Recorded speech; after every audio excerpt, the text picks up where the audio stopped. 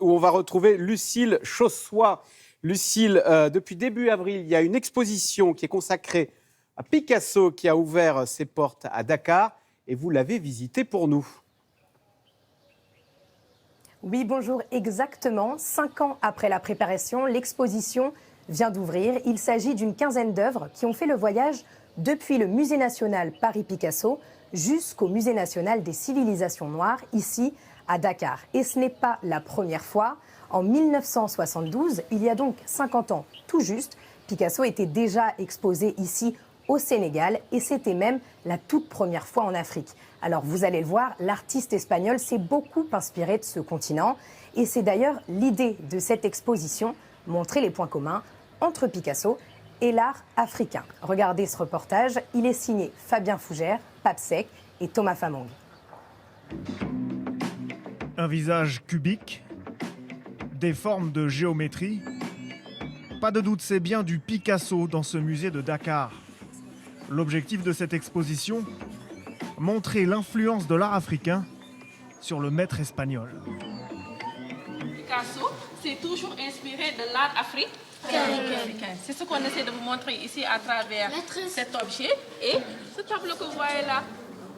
Observez bien. Pour ces élèves de primaire, les ressemblances entre cette peinture et ce masque baoulé sont frappantes. Allez-y, oui. J'ai remarqué qu'ils ont la même forme de visage. Tout à fait, oui. Le nez, c'est le même nez là-bas. Les yeux, ils se ressemblent. La bouche, elle est positionnée un peu à la même hauteur. Pablo Picasso découvre l'art africain dans une exposition à Paris en 1907. Pour lui, c'est un déclic. Il va s'entourer toute sa vie d'objets du continent, comme ces statuettes ou ce xylophone. Dans son atelier, il reçoit la visite de celui qui deviendra le premier président de la République du Sénégal. J'allais quelquefois chez Picasso avec mon ami Pedro Flores qui était andalou et peintre. Et Picasso a eu alors l'occasion de me dire toute l'inspiration que lui avait apporté l'art nègre.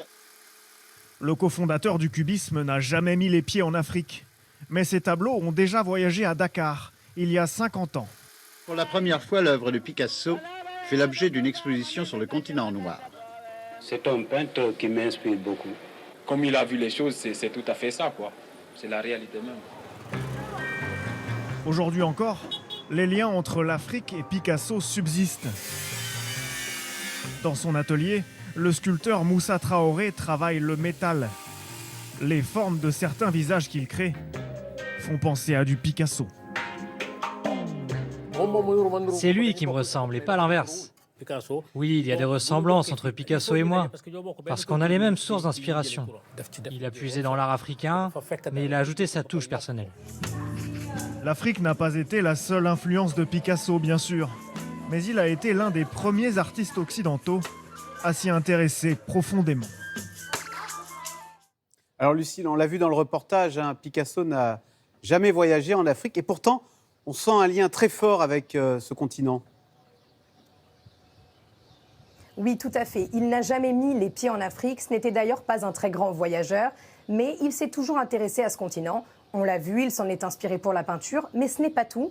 Il était aussi très proche de grands philosophes, artistes, politiques noirs comme Senghor, le tout premier président de la République du Sénégal, ou encore Aimé Césaire. Picasso était aussi favorable à la décolonisation et c'est sûrement pour toutes ces raisons qu'on lui accordait déjà une exposition il y a 50 ans ici à Dakar.